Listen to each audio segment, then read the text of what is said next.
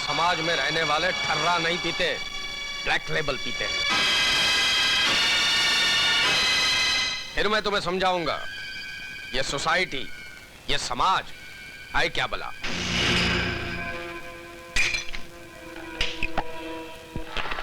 समाज, हमारा समाज गुनाहों की बुनियाद पर खड़ा है कृष्णा। इतना बड़ा आदमी उतना ही बड़ा गुनहगार।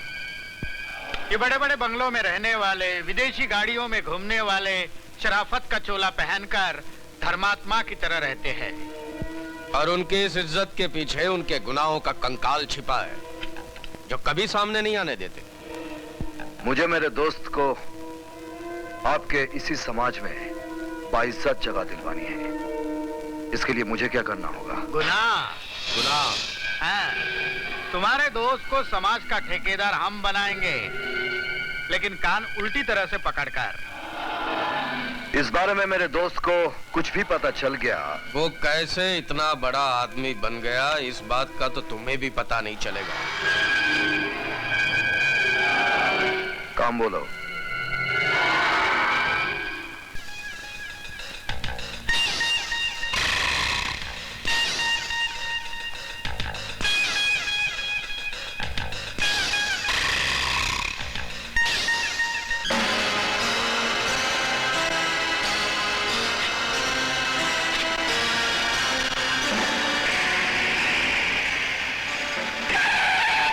You are under arrest.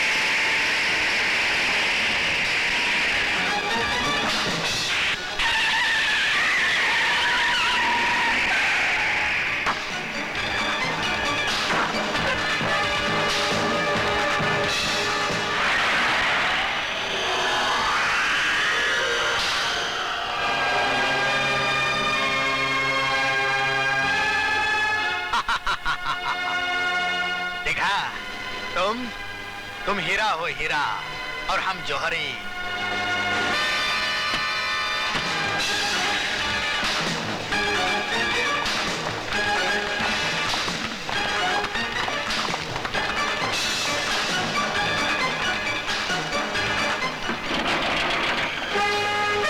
You are under arrest.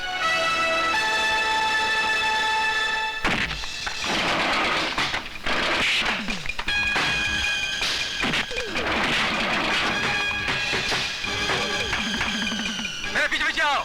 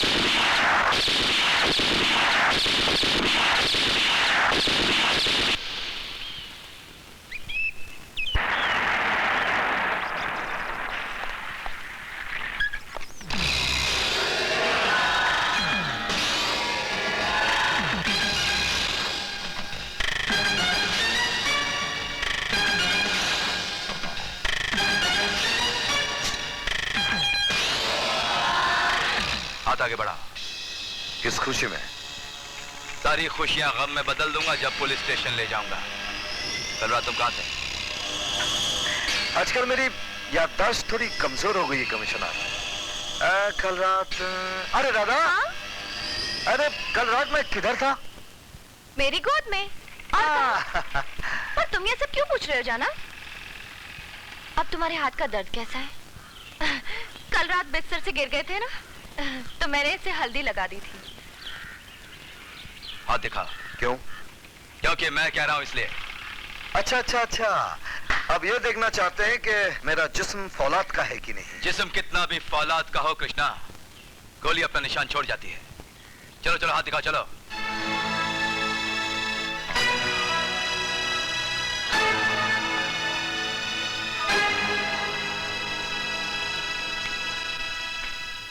तुम अब ज्यादा देर कानून के हाथ से बच नहीं सकोगे। ये कहावत सुनी है ना कि कानून के हाथ बहुत लंबे होते हैं।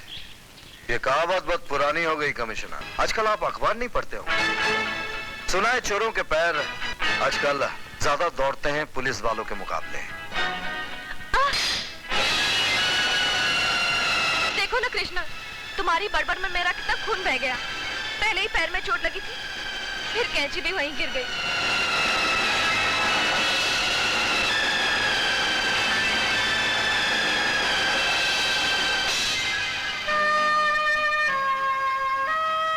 कृष्णा, तुम्हारे खून का एक एक कतरा अविनाश की जिंदगी में खुशियों के नए रंग भर देगा। तुम्हारी कुर्बानी बेकार नहीं जाएगी। देखते क्या हो, सोचते क्या हो। आज तकदीर खुद चलकर तुम्हारे पास आई है। हम तुम्हें हमारी सारी कंपनीज का वकील अपॉइंट करते हैं। रहने के लिए फ्लैट, चलने के लिए कंपनी की गाड़ी और 10,000 रुपये महीना। साइन करो। ये क्या कह रहे हैं सर? सर आप मुझे नौकरी से निकाल रहे हैं? मैंने 10 साल आपके लिए काम किए सर। तुम गधे हो, बुढ़े हो, सठिया गए हो। पुराने जमाने में जब घोड़ा बुढ़ा हो जाता था उसे गोली मार दी जाती थी। आजकल ऐसा नहीं होता। बुढ़ा घोड़ा टांगा खींचता है। तुम जाओ और टांगा खींचो, टांगा। हाँ, बुढ़ा, सठिया गया बुढ़ा। आज से ये होनहार गोल्ड मेडलिस्ट मिस्टर अविनाश हमारे वकील है। इसे आप नौकरी पे रख रहे हैं मुझे निकाल के? बहुत पछताएंगे आप। ये बुढ़ा घोड़ा नहीं, गधा है। ये अभी तक यहाँ क्या कर रहा है? अबे बुढ़े घोड़े, तू अभी तक यही खड़ा है? चल फुट फुट। अरे जा यहाँ से। हाँ, मुबारक हो Avinash. Thank you very much sir.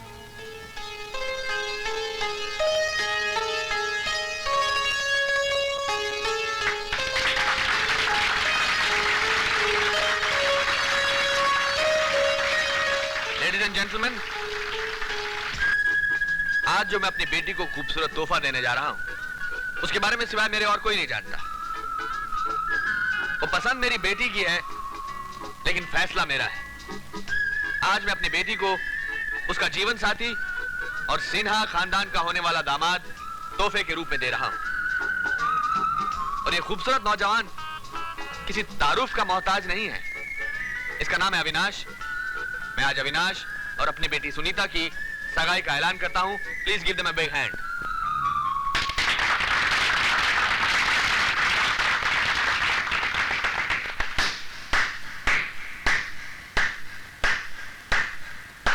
वाह वाह वाह, आप लोग हैरत में होंगे कि मैं इतना प्रसन्न क्यों हूं।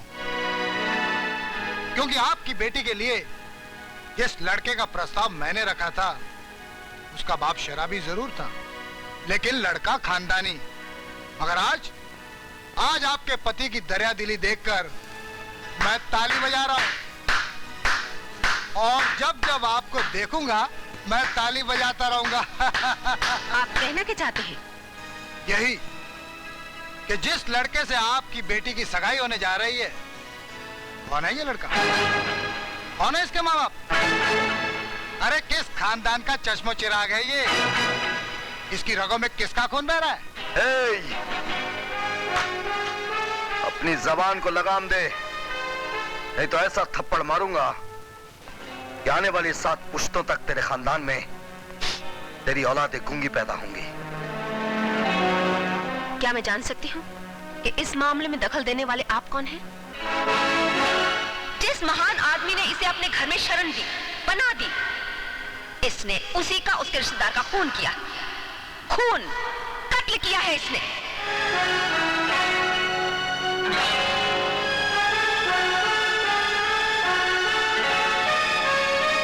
जानना चाहती हैं इस मामले में दखल देने वाला मैं कौन हूं? आपके समाज के सामने एक अनाथ दूसरे अनाथ के मामले में दखल दे रहा है। मैं अपनी बेटी की शादी किसी नाजायज औलाद से नहीं करूंगी। ये मेरा पहला और आखिरी फैसला है। आज फिर से एक बार आप दो प्यार करने वालों को सजा दे रही हैं। ऐसा मत कीजिए। अविनाश बहुत अच्छा लड़का है, क्या कमी है इसमें? नौजवान है, पढ़ा लिखा है, बचपन से लेकर आज तक ईमानदारी और सच्चाई के रास्ते पर चला है। मैं आपको वचन देता हूं, अविनाश सुनीता को इतना प्यार, इज्जत और सुख देगा जो कभी कोई किसी को दे नहीं सकता। एक अनाथ का वचन और एक अनाथ की मोहब्बत धोखा है। जिसके आगे पीछे कोई नहीं होता वो सिर्फ एक धोखा है, जो जिंदगी के किसी भी मोड़ पर धोखा दे सकता है। मैं अपना सर कटा सकती हूँ, लेकिन सोसाइटी के सामने सर झुकाकर नहीं जी सकती। मेरी बेटी की शादी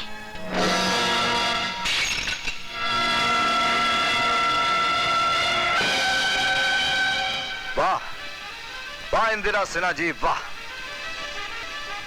आप लोगों ने कितने सारे नाम दिए इस मासूम बच्चे को, जो इस दुनिया में बिन माँ बाप का नाम लिए पैदा होते हैं। मैं पूछता हूं, क्या यह बच्चा आसमान से टपक पड़ा या धरती फाड़ का जन्म लिया है? अगर यह किसी पाप की निशानी है तो पापी कौन है? यह बच्चा या उसके माँ बाप? अगर इसे कोठे से फेंक दिया गया है तो वो कोठा किसने बनाया? कोठे आबाद ना होते तो तुम्हारे घर बर्बाद हो जाते। अब लोग खानदानी और शरीफ इसलिए हो कि आपके पाप पर्दे के पीछे हैं, और हम हिकारत के हकदार सिर्फ इसलिए हैं कि हम निर्दोष होते हुए भी गुनहगार। लेकिन एक बात याद रखना इंदिरा सिन्हा जी, ये बच्चा इस समाज का हिस्सा है और आपके इस समाज को इसे अपनाना होगा।